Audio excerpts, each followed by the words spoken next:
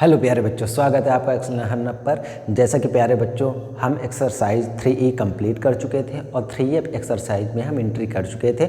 और ये जो एक्सरसाइज हमारी थी वो डिपेंडेबल थी, यानी निर्भर थी किस पे?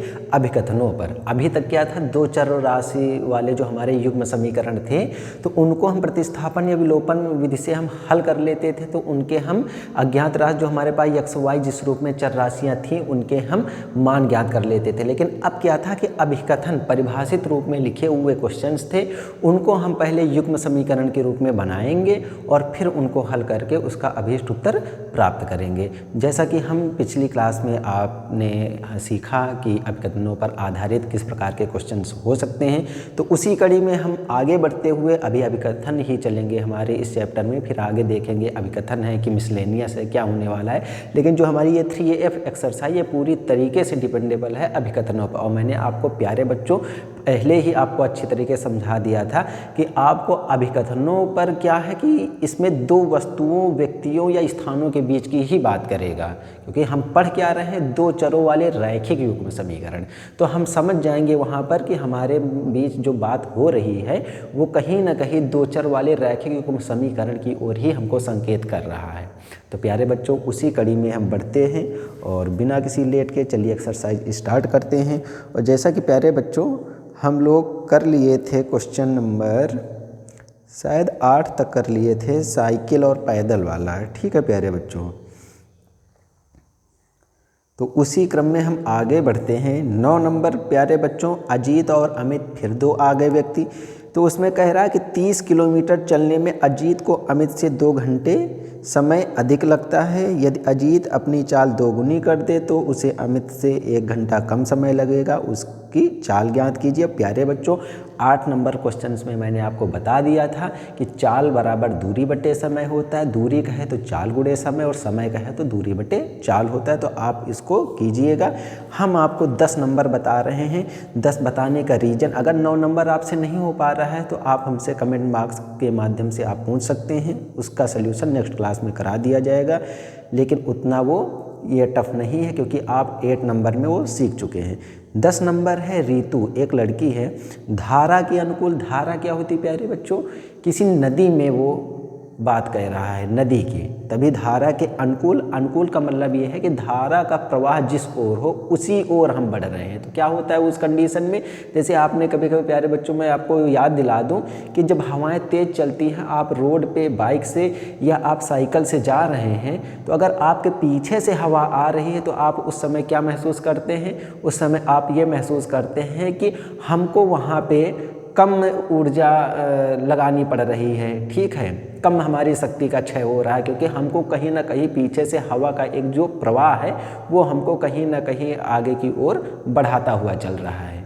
और कभी कभी क्या होता है, जब हवाएं हमारे आगे से या विपरीत दिशा से आती है तो हमको ऊर्जा ज़्यादा लगानी पड़ती है, जिसमें हमारी शक्ति का क्षय ज़्यादा होता है। तो उसमें क्या होता है, स्पीड हमारी जो होती है वो वास्तविक स्पीड यानी वास्तविक चाल से कम हो जाती है। जैसे हम 10 की स्पीड से चल रहे हैं तो सामने से जब विपरीत दिशा से हवाएं चलती हैं तो हमारी जो स्पीड चाल होती है वह कम हो जाती है हवा के माध्यम से। और अगर वही हमारे अनुकूल होती है तो हमारी वास्तविक चाल बढ़ जाती है। तो वही बात कह रहा है कि धारा में, नदी में।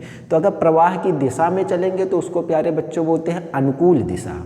तो उस स्थिति में क्या होता है कि हमारी जो स्पीड चाल होती है बढ़ जाती है। लेकिन जो प्रतिकूल दिशा होती है, कहने का मतलब धारा का प्रवाह ऐसे है और हम उधर से आ रहे हैं, तो क्या होता है उस स्थिति में हमारी वास्तविक चाल कम हो जाती है। क्यों? क्योंकि जो धारा की उस समय चाल होती है प्रवाह की दर, वो हमारी वास्तविक चाल को कम कर देती है। तो इसी कंडीशन को हम अच्छी तरीके से समझा दिए हैं आपको। अब एक क्वेश्चन देखते हैं। ठीक है प्यारे बच्चों, तो क्वेश्चन नंबर 10 है। क्वेश्चन नंबर 10 क्या कह रहा है प्यारे बच्चों? रीतु धारा के अनुकूल 2 घंटे में 20 किलोमीटर तैर सकती है और धारा के प्रतिकूल 2 घंटे में 4 किलोमीटर तैर सकती है। उसकी स्थिर जल में तैरने की चाल तथा धारा की चाल ज्ञात कीजिए। तो प्यारे बच्चों फिर वही आ गए, दो के मध्य बात हो रही है। किसके मध्य? धारा और तैरने की चाल। तैर कौन रहा है? ऋतु। और धारा क्या हो जाएगी? जो नदी में प्रवाहित जल है। ठीक है, तो लिख देंगे पहले हम माना ऋतु की चाल। अब चूंकि प्यारे बच्चों इसमें किलोमीटर घंटे की बात है तो हम इसको मान लेंगे x किलोमीटर प्रति घंटा, x किलोमीटर पर आवर, और जो धारा की चाल है इसको हम y मान लेते हैं, y किलोमीटर पर आवर। ठीक है। अब प्रश्न में देखो क्या कह रहा है, यहीं से हमारा सल्यूशन हो गया। ये प्रश्न में देखो क्या कह रहा है। तो प्रश्न में कह रहा है प्यारे बच्चों ऋतु धारा के अनुकूल। प्यारे बच्चों अब अनुकूल कह रहा है तो अनुकूल में क्या होता है, आपकी स्पीड बढ़ जाती है अनुकूल में, प्रतिकूल में घटती। तो स्पीड बढ़ने का मतलब क्या हुआ, बढ़ने का मतलब ये है कि आपकी जो चाल है उसमें से अतिरिक्त चाल, अगर आप तैर रहे हैं तो वहाँ धारा की चाल, और अगर वायु की बात है तो वायु की चाल। तो अगर अनुकूल है तो योग हो जाएगा। तो प्रश्नानुसार क्या कह रहा है कि 2 घंटे में 20 किलोमीटर तैर सकती है। तो प्रश्नानुसार अनुकूल चाल हम पहले मान लें। ठीक है, अनुकूल चाल क्या हो जाएगी, x + y और किलोमीटर पर आवर। आपकी चाल, आप कौन है, ऋतु, ऋतु की बात हो रही है तो ऋतु की चाल में धारा की चाल जुड़ जाएगी। क्यों, क्योंकि अनुकूल की बात हो रहा है। ठीक है। अब यहाँ से चाल बराबर दूरी बटे समय होता है तो क्या लिखेंगे प्यारे बच्चों, अतः चाल कितनी है x + y, चाल बराबर दूरी कितनी है 20 किलोमीटर, और समय उसको लग रहा है प्यारे बच्चों 2 घंटे। तो 2 धामा 20, तो x + y का मान प्यारे बच्चों आ गया 10। इसको इक्वेशन फर्स्ट मान लेंगे। ठीक है, चाल बराबर दूरी बटे समय। ठीक है। इसके बाद आपसे कह रहा है प्रतिकूल, ये पहली कंडीशन हो गई। ठीक है, प्रतिकूल, तो प्रतिकूल चाल हम लिखेंगे। अब प्रतिकूल कह रहा है या विपरीत चाल कहे प्यारे बच्चों, तो क्या होता है उस कंडीशन में कि आपकी चाल में धारा, या अगर वायु की बात है तो वायु की चाल, क्योंकि आपकी चाल को ही वो घटाएगा। ठीक है, तो क्या हो जाएगा प्रतिकूल चाल में, ऋतु की चाल जो है उसमें से धारा की चाल घटा दी जाएगी और ये किलोमीटर पर आवर हो गया। और कह क्या रहा है इसमें, बात क्या कही गई है प्रतिकूल चाल में, तो कहा जा रहा है जब प्रतिकूल चाल होती है तो 2 घंटे में 4 किलोमीटर तैर सकती है। कहने का मतलब चाल बराबर दूरी, दूरी कितनी है 4, और बटे समय कितना है 2 घंटे, 2 दूनी 4। तो ये आ गया प्यारे बच्चों यहाँ से x - y बराबर 2, इक्वेशन सेकेंड। आप यहाँ पे लिख सकते हैं ब्रैकेट में, क्योंकि चाल बराबर दूरी बटे समय, ये फार्मूले का यूज हुआ है। अब क्या करना है, आपको यहाँ पे दोनों चालें बतानी है, तैरने की चाल और धारा की चाल। तैर कौन रहा है, ऋतु, और धारा की चाल y, यानी x और y के मान।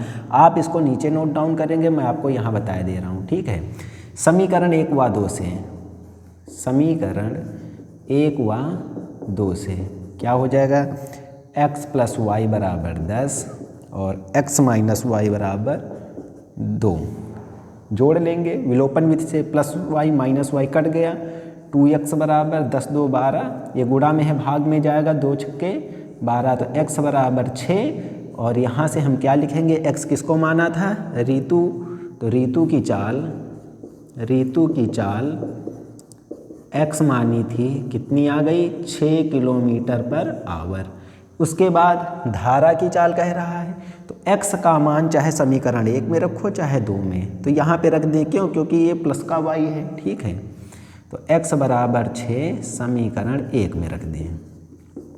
समीकरण 1 में रखने पर तो प्यारे बच्चों कितना हो जाएगा, 6 + y = 10, तो y ये प्लस का है, उधर गया माइनस होगा, तो 10 में से 6 घटेगा तो 4 हो जाएगा।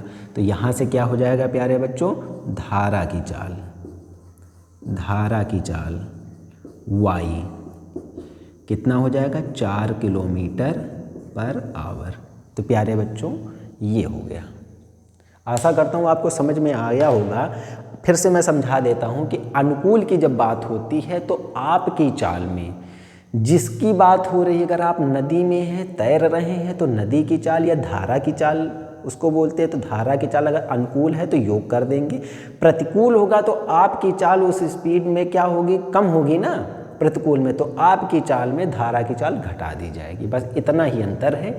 और बाकी आपका ये फार्मूला चाल बराबर दूरी बटे समय वही लगा है। चूँकि बात किलोमीटर पर आवर में यानी किलोमीटर प्रति घंटे की बात हो रही थी, इसलिए हमने इसको किलोमीटर प्रति घंटे के रूप में ही माना है। प्यारे बच्चों 11 नंबर जो क्वेश्चन है, भिन्न 1/3 हो जाती, भिन्न पहले हम मान लेंगे x बटे वाई। क्यों? क्योंकि हम जानते हैं कोई भी भिन्न होती है तो अंश बटे हर के रूप में होती है। अंश x मान लेंगे और हर को y मान लेंगे। अब कह रहा है कि 1/3 हो जाती है जब उसके अंश से 1 घटाया जाता है, तो क्या हो जाएगा, मैं आपको हिंट बता दे रहा हूँ। भिन्न आप x बटे वाई मानेंगे। अब कंडीशन पहली क्या कह रहा है कि अंश में 1 घटाएंगे, हर में कुछ नहीं कह रहा, तो हर वैसा ही पड़ा रहेगा, तो यह भिन्न हो जाती 1/3। आप त्रिज्या गुणा करके इस रूप में समीकरण बना लेंगे, एक्स वाई एक तरफ, अचर पद एक तरफ। फिर क्या कह रहा है, और वह 1/4 हो जाती है जब हर में 8 जोड़ा जाता है। तो हर की बात कितनी हो जाएगी, x बटे वाई, और हर में 8 जोड़ा गया और ये हो जाती है 1/4। फिर त्रिज्या गुणा करेंगे, एक्स वाई एक तरफ बाकी एक तरफ, इन दोनों को हल करके एक्स वाई का मान निकालेंगे। और x बटे वाई को भिन्न माना है तो x का मान ऊपर रखेंगे, y का मान नीचे रखेंगे, वही हमारी भिन्न हो जाएगी। ठीक है प्यारे बच्चों। उसके बाद कह रहा है पिता और पुत्र की वर्तमान आयु का अनुपात 5:2 है। 10 वर्ष बाद उनकी आयु का अनुपात 2:1 हो जाएगा। दोनों की वर्तमान आयु ज्ञात कीजिए। 13 नंबर क्वेश्चन जो है प्यारे बच्चों, 5 वर्ष बाद जैकब की आयु उसके पुत्र की आयु से 3 गुनी हो जाएगी। 5 वर्ष पूर्व जैकब की आयु उसके पुत्र की आयु की 7 गुनी थी। उनकी वर्तमान आयु क्या है? तो मैं आपको 13 नंबर बता देता हूँ और जो 12 नंबर है आप कर सकते हैं। ठीक है, क्योंकि आपको मैंने पहले बता चुके हैं आयु से संबंधित कैसे अभिकथन बनाना था। ठीक है,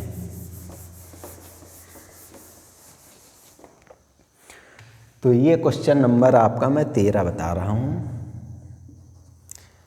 तो जैकब और उसके पुत्र की बात हो रही है, तो सल्यूशन माना जैकब की आयु।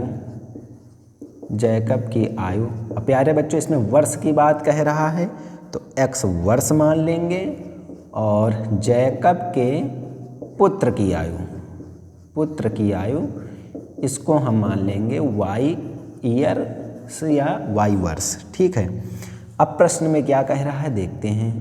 प्रश्नानुसार प्यारे बच्चों कह रहा है कि 5 वर्ष बाद, अब बाद की बात आ गई तो योग करेंगे, पूर्व की बात होती तो घटा देते। 5 वर्ष बाद जैकब की आयु, तो जैकब की आयु अभी x है प्यारे बच्चों, तो 5 वर्ष बाद x + 5 नहीं हो जाएगी। क्यों? जैसे अगर आपकी आज एज आयु 10 वर्ष है, 5 वर्ष बाद तो 5 ऑब्वियसली उसमें आप योग करेंगे तो 15 हो जाएंगे। तो वही कह रहा है कि 5 वर्ष बाद जैकब, तो जैकब है कितना, x। यहाँ पे आप ये भी लिख सकते हैं माना जैकब की वर्तमान आयु। ठीक है, तो वर्तमान आयु x है, 5 वर्ष बाद 5 उसमें जोड़ देंगे, उसके पुत्र की आयु से 3 गुनी हो जाएगी 5 वर्ष बाद। तो 5 वर्ष बाद कह रहा है तो इसमें भी आप 5 का योग करेंगे।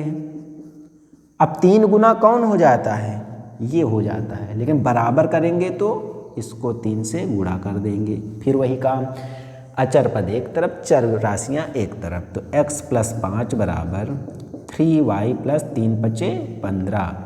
3 से दोनों पदों में गुणा होगा। इधर करेंगे तो x - 3y, 5 उधर गया माइनस घटेगा, समीकरण 1 हो गया। इसके बाद क्या कह रहा है, 5 वर्ष पूर्व जैकब की आयु। द्वितीय कंडीशन क्या है, 5 वर्ष पूर्व, तो इस बार 5 घटा देंगे। उसके पुत्र की आयु की, तो पुत्र की आयु y है, 5 वर्ष पूर्व कितनी हो जाएगी, घटा देंगे, 7 गुनी थी, तो 7 से गुणा कर देंगे। अब इसका हल करें तो x - 5 = 7y - 35। x ये इधर आएगा, माइनस का हो जाएगा, ये प्लस उधर जाएगा, -35 + 5 करेंगे आप हल तो -30 होगा, समीकरण सेकेंड। आप इसके नीचे नोट डाउन करेंगे, मैं इधर आपको बता दे रहा हूँ, समीकरण 1 व 2 से लिखें या 1 व 2 को हल करने पर, बात वही है। कितना हो जाएगा, x minus 3y equal 10, x minus 7y equal minus 30। प्यारे बच्चों, विलोपन विधि देखेंगे, गुणांक बराबर होने चाहिए, तो x के गुणांक बराबर हैं लेकिन चिन्ह विपरीत नहीं है क्योंकि दोनों धनात्मक हैं, तो यहाँ पे लिखेंगे घटाने पर। तो ये प्लस वाला माइनस का हो गया, ये माइनस वाला प्लस का हो गया, माइनस वाला प्लस का हो गया, प्लस माइनस कट गया। अब प्लस का 7y में 3y घटेगा तो प्लस का 4y बचेगा, प्लस 30 प्लस 10 कितना हो जाएगा, प्लस का 40। ये गुणा में है, भाग में जाएगा, 4 धामा 40, y का मान 10। अब इस y का मान प्यारे बच्चों चाहे यहाँ रखें चाहे यहाँ रखें, तो y बराबर 10 समीकरण 1 में ही रख लो। समीकरण 1 में रखने पर तो कितना हो जाएगा, x माइनस 3y की जगह 10 रखेंगे इक्वल 10 हो गया। ये उधर जाएगा माइनस 30 और प्लस 10 40 हो जाएगा। आप यहाँ लिखेंगे तो x किसको माना था, जैकब को, तो लिखेंगे अतः। आप अपनी नोट्स में नीचे की ओर नोट डाउन करेंगे, हम आपको जगह कम है इसलिए इधर लिख रहे हैं। अतः जैकब की आयु x थी ना, तो x बराबर 40 वर्ष, और जैकब के पुत्र की आयु y मानी थी और y का मान प्यारे बच्चों आ गया 10 वर्ष। अब देखते हैं हम सही है कि गलत, तो एक कंडीशन उठा लें, यही वाली उठा लो। 5 वर्ष बाद, आपको हल नहीं करना, मैं केवल आपको दिखा रहा हूँ कि हम सही हैं कि गलत। तो 5 वर्ष बाद तो 40 5 45, और y का मान रखेंगे 10, 10 5 15, 15 ત્યાં 45, तो हम सही हैं। यहाँ पे रख के देख लें, 5 वर्ष पूर्व, तो 40 में 5 घटेगा 35, 10 में से 5 जाएगा 5 और गुणे 7 5 7 35, तो हम सही हैं। ठीक है, कहने का मतलब जैकब की आयु 40 वर्ष और उसके पुत्र की आयु 10 वर्ष ही आएगी। ठीक है, बाद की बात होगी। कई बच्चों के मन में ये आता रहता है कि वो करते ये हैं कि एक में तो योग घटाना कर लेते हैं लेकिन उस जो दूसरी बात होती है उसमें नहीं करते हैं। जैसे कह दिया गया कि 5 वर्ष बाद जैकब, तो यहाँ पे तो योग कर लेते हैं लेकिन यहाँ नहीं कर पाते हैं। वो जैकब को तो तुरंत कर लिए जिसकी बात होती है कि 5 वर्ष बाद, तो इसमें तो 5 का योग कर लिए, लेकिन यहाँ नहीं कर पाते। क्यों? क्योंकि वो समझ नहीं पाते उसकी लैंग्वेज की भाषा कह क्या रहा है। लेकिन आप थोड़ा सोचिए, अगर 5 वर्ष बाद अगर बात होगी उसकी, तो जो अगर ये कहे कि वर्तमान आयु से, उस कंडीशन में नहीं करेंगे। लेकिन अगर कह रहा है 5 वर्ष बाद, तो दोनों के लिए वो चीज़ लागू हो जाएगी, और 5 वर्ष पूर्व तो दोनों के लिए लागू हो जाएगी। ठीक है, 13 नंबर हो गया। इसी तरीके से 14 नंबर है, पिता और पुत्र की बात कह रहा है, और जब अनुपात बोल दे तो अनुपात का मतलब जिसके बीच की बात हो रही। जैसे अगर कह दिया जाए जैकब और उसके पुत्र के बीच की आयु का अनुपात, तो जैकब का कितना था 40 और उसके पुत्र की 10 थी, 0 से 0 कट गया तो 4:1। क्योंकि ये जो क्वेश्चन नंबर आपका 14 है वो इस पे डिपेंड है, क्योंकि कह रहा है कि अनुपात बताइए। लेकिन पहले देख लेना है आपको कि पिता पहले पूछ रहा है कि पुत्र, तो पिता और पुत्र तो मैंने आपको इसी में बता दिया है कि पिता यहाँ जैकब था तो जैकब को पहले लिखेंगे, पुत्र को बाद को लिखेंगे, जो कटेगा काट देंगे, वही अनुपात हो जाएगा। ठीक है, इसी तरीके से 15 नंबर है, आप कर सकते हैं। 16 नंबर इसी तरीके से, मैं आपको 17 नंबर बता रहा हूँ। ठीक है, आयु से संबंधित वो हैं और आपको आयु से संबंधित मैंने क्वेश्चंस कराए हैं, तो इसमें कोई आपको दिक्कत आने वाली नहीं है। केवल आप लैंग्वेज अच्छे से समझ जाना। ठीक है प्यारे बच्चों, अब देखते हैं आगे। 17 नंबर जो क्वेश्चन है वो संपूरक कोण की बात कह रहा है। तो प्यारे बच्चों, मैं आपको एक नोट्स लिखा देता हूँ। 2 कोटि पूरक या पूरक कोणों का योग बराबर 90 डिग्री। ठीक है, नोट 1 हो गया। इसी नोट 2 में लिखेंगे 2 संपूरक कोणों का योग बराबर 180 डिग्री। बस ये याद रखना। दो कोट पूरक कहे या पूरक कहे तो उसके लिए क्या होता है, दोनों कोणों का योग 90 होता है, और संपूरक की बात आ जाएगी तो उनका योग 180 होता है। अब क्वेश्चन नंबर जो आपका 17 है मैं आपको बता देता हूँ, ठीक है, या यहाँ पे लिख देता हूँ इसको। क्वेश्चन नंबर 17 सॉल्यूशन कह रहा है दो संपूरक कोणों में बड़ा कोण छोटे कोण से 18 डिग्री अधिक है, उन्हें ज्ञात कीजिए। तो माना कोण x, y है। अब प्रश्न में कह क्या रहा है, प्रश्न में प्यारे बच्चों कह क्या रहा है, कह रहा है कि सबसे बड़ा कोण छोटे कोण से 18 डिग्री अधिक है। तो मान लिया जैसे बड़ा कोण है x, सबसे बड़ा कोण छोटे कोण से 18 अधिक है, ये कह रहा है, ठीक। अब वही करेंगे, चर राशियां एक तरफ अचर पद एक तरफ, ये समीकरण हो गया। और फिर हम लिखेंगे चूंकि हम जानते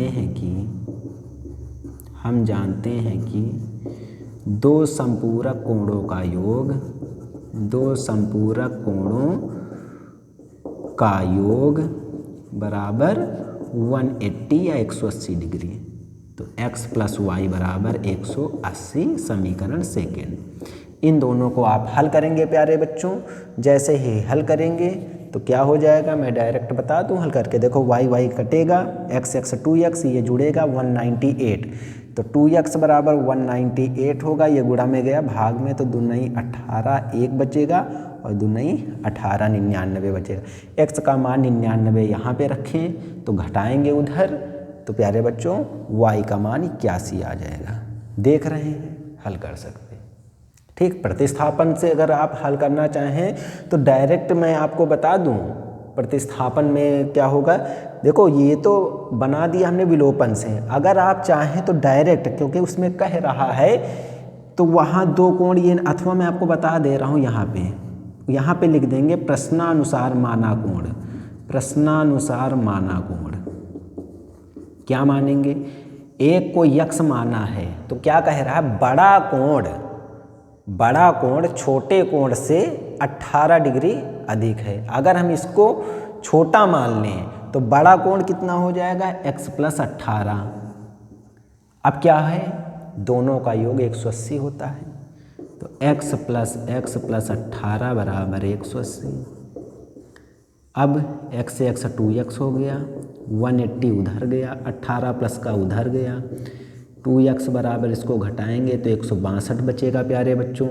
दो गुणा में है भाग में, 2 × 16 2 × 2, तो x का मान देखो 81 आ गया। तो देखो एक कोण 81 मिला था। अब दूसरा कोण क्या है, x प्लस 18, तो इसमें x की वैल्यू में 81 में 18 जोड़ देंगे तो प्यारे बच्चों 99 यानी 99 डिग्री है, ये अंश के रूप में आएगा, ठीक है। तो आप चाहे ये तरीका अपनाएं चाहे ये तरीका, अगर आप सही हैं, लैंग्वेज अच्छी तरीके से समझ चुके हैं, तो आपका जो उत्तर होगा उसमें कोई भी गलत मान नहीं प्राप्त होगा, ठीक है प्यारे बच्चों। आपको ये स्थिति अच्छी लगी तो ये कीजिए अथवा ये कीजिए, ठीक है। 17 हो गया। 18, 19, 20 जो ये क्वेश्चन है प्यारे बच्चों, ये आपको आयत से संबंधित बता रहा है, तो मैं आपको इसमें से 19वां नंबर बता देता हूँ, ठीक है। चाहे विमा कहे चाहे आपको लंबाई चौड़ाई कहे, बात वही होती है। तो मैं 20 नंबर आपको बता देता हूँ और आप उसको देखें।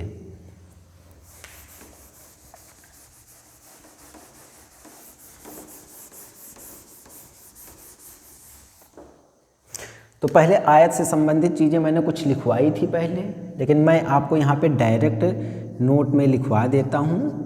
आयत का क्षेत्रफल लंबाई गुणे चौड़ाई, ठीक है। आयत का परिमाप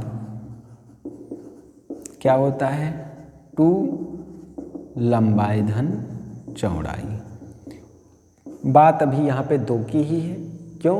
क्षेत्रफल पूछेगा या परिमाप पूछेगा या विमाय यानी लंबाई चौड़ाई। तो मैं 19 नंबर आपको बता दे रहा हूँ। क्वेश्चन नंबर 19 कह रहा है प्यारे बच्चों, एक आयताकार हाल की लंबाई 10 मीटर और चौड़ाई 5 मीटर बढ़ाने पर क्षेत्रफल उतना हो जाता है। तो प्यारे बच्चों, आयत में क्या होता है? लंबाई चौड़ाई ही होती है। आयत ये है आपका, ये ए मान लिया, ये बी मान लिया, ये सी, ये डी। क्या होता है? आमने सामने की भुजाएं बराबर होती हैं और प्रत्येक कोण 90 डिग्री का होता है। ठीक, ऐसा सिंबल दिख रहा है तो ये 90 डिग्री यानी समकोण को आप संकेत करेगा। ठीक है, तो यहाँ पे क्या बताया जा रहा है? 2 की बात हो रही है, लंबाई और चौड़ाई की। तो मान लेंगे, माना आयताकार, क्योंकि हाल कह रहा है ना, तो आयताकार हाल मतलब वही कमरा जैसे होता है, आयताकार हाल की लंबाई हम कितने, देखो मीटर में कह रहा है तो मीटर में मानेंगे। ठीक है, x मीटर व चौड़ाई y मीटर है। ठीक, सल्यूशन यहीं से करेंगे। अब प्रश्नानुसार देखो, प्रश्न में क्या कह रहा है? प्रश्न में कह रहा है पहली कंडीशन, हाल की लंबाई 10 मीटर और चौड़ाई 5 मीटर बढ़ाने पर। तो लंबाई कितनी है? x 10 मीटर बढ़ाएंगे, चौड़ाई कितनी है? y 5 मीटर बढ़ाने के लिए बोल रहा है। अब परिमाप की बात नहीं कह रहा है, क्षेत्रफल की। तो क्षेत्रफल क्या होता है? ये लंबाई और ये चौड़ाई, तो इनका गुणा, ये होता है क्षेत्रफल। क्षेत्रफल 600 वर्ग मीटर बढ़ जाता है। तो प्यारे बच्चों, जैसे मैंने ये माना आपका आयत, ठीक, ये लंबाई x है तो ये भी x होगी, ये चौड़ाई y है तो ये भी y होगी। तो इसके लिए हमारा क्षेत्रफल क्या होगा? लंबाई गुणे चौड़ाई। ये तो जो हमने क्षेत्रफल निकाला, ये कंडीशन के हिसाब से निकाला कि जो क्वेश्चन में कह रहा है कि x लंबाई में 10 मीटर की वृद्धि हो जाए, चौड़ाई में 5 मीटर की वृद्धि हो जाए। तो कह रहा है 600 वर्ग मीटर बढ़ जाता है। तो हमने तो माना है ये लंबाई चौड़ाई, तो इसके हिसाब से क्षेत्रफल क्या होगा? X y. तो क्या हो जाएगा? एक्स वाई, और ये 600 वर्ग मीटर बढ़ जाता है। ये क्वेश्चन में दिया हुआ है। प्यारे बच्चों, हल करेंगे कैसे? पहले y से प्रत्येक में गुणा करेंगे, फिर +5 से। तो कराएं गुणा, एक्स वाई प्लस 10y हो गया इससे। अब +5 से कराएं तो प्लस का 5x प्लस का 5 10 जा 50, xy और प्लस 600। और जब भी 2 पक्ष होते हैं प्यारे बच्चों बराबर के साइन में, तो क्या होता है? समान पद समान चिन्ह के साथ कट जाते हैं। चाहे तो देखो ये प्लस का उधर जाएगा माइनस, तो माइनस प्लस कटेगा। अथवा आप डायरेक्ट समझें, समान पद है एक्स वाई, समान चिन्ह भी है प्लस प्लस, तो ये कट जाएगा। ठीक है, अब क्या करेंगे? सीरीज में लिखेंगे, x पहले होता है तो अथवा, अब देख रहे हैं उधर x नहीं है तो 5x प्लस का 10y, और ये 50 उधर भेजेंगे तो इतना हो जाएगा। ठीक है, अभी इसको पढ़ा रहने दे। क्यों? क्योंकि 5 से डिवाइड कर सकते हैं तो थोड़ा सा सरल हो जाएगा। लेकिन देखते हैं द्वितीय समीकरण क्या बनता है। नहीं तो अगर नहीं बन रहा है इस रूप में, तो फिर हम इसको अगर शार्ट करना होगा तो कर लेंगे। ठीक है, इधर देखते हैं अब क्या कह रहा है? कह रहा है परंतु उसकी लंबाई 10 मीटर घटाने पर। ठीक है, ये सेकंड कंडीशन है प्यारे बच्चों, सेकंड स्थिति आप लिख सकते हैं। सेकंड स्थिति ये है और प्रश्नानुसार ये आपकी फर्स्ट स्थिति या पहली शर्त है। ठीक है, तो सेकंड स्थिति क्या कह रहा है? कह रहा है लंबाई 10 मीटर घटाएं, तो x में 10 घट गया, चौड़ाई में 7 मीटर बढ़ाना है। इस बार देखो, इसमें घटाना है लेकिन इसमें बढ़ाना है 7 मीटर। और कह रहा है कि क्षेत्रफल, तो क्षेत्रफल क्या होता है? गुणा, और क्षेत्रफल एक्स वाई, क्योंकि हमने x लंबाई और चौड़ाई को y माना है, ये 100 वर्ग मीटर बढ़ जाता है इस रूप में। अब प्यारे बच्चों डायरेक्ट कर दें, क्योंकि देखो y से गुणा करें x y minus 10y plus 7x plus minus minus 70 equal x y plus 100, x y cancel out, 7x series से लिखेंगे, ये माइनस का उधर गया प्लस का 170 हो गया। अब देख पा रहे हैं कि इधर तो प्यारे बच्चों क्या है, भाग नहीं हो पाएगा, लेकिन यहाँ पे हो सकता है, लेकिन नहीं करेंगे। हमने कहा था कि रोक दे, क्यों, प्लस 10y माइनस 10y गुणांक बराबर हैं, ठीक है, गुणांक बराबर हैं तो सल्यूशन आसानी से हो जाएगा। समीकरण 1 व 2 को हल करने पर, तो हल करें प्यारे बच्चों, 5x प्लस 10y इक्वल 550 या 550 और 7x minus 10y equal 170, plus minus cut गया, 7 5 12x, इसका योग करेंगे 0 7 5 12 5 1 6 1 7, गुणा में है भाग में जाएगा, बरछंग 72 और 0, x का मान 60 आया और इस x का मान किसी भी एक समीकरण में रख दो, समीकरण 1 में ही रख दो, समीकरण 1 में रखने पर कितना हो जाएगा, 5x का मान 60 प्लस का 10y इक्वल 550, 10y रोकेंगे, ये 300 हो गया, उधर घटेगा तो डायरेक्ट हम लिख रहे हैं घटा के 250 बचेगा या 250 बचेगा, ये गुणा में है भाग में जाएगा, एक जीरो से एक जीरो कटेगा तो यहाँ से y का मान 25 आ जाएगा। अब प्यारे बच्चों आपको जस्ट नीचे लिखना है, मैं आपको यहाँ बता दे रहा हूँ, ठीक है।